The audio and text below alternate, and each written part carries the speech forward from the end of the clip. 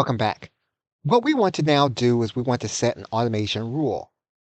And what we want to do is to add a rule to this page. What we want to do is we want a trigger to happen. And the trigger is going to be based on this specific page. Now you may have seen that we have automation rules that are general and site-wide. That is not the case. This automation rule is strictly based on this funnel.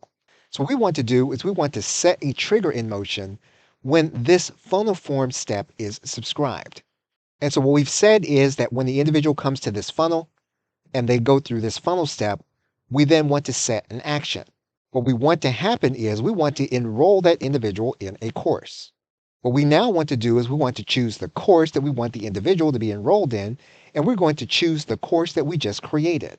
And what we've now done is we've now made it so that when the individual submits that form, they will then be given access to enroll in our course. We now want to click Save Rule. And so we now have our rule in place.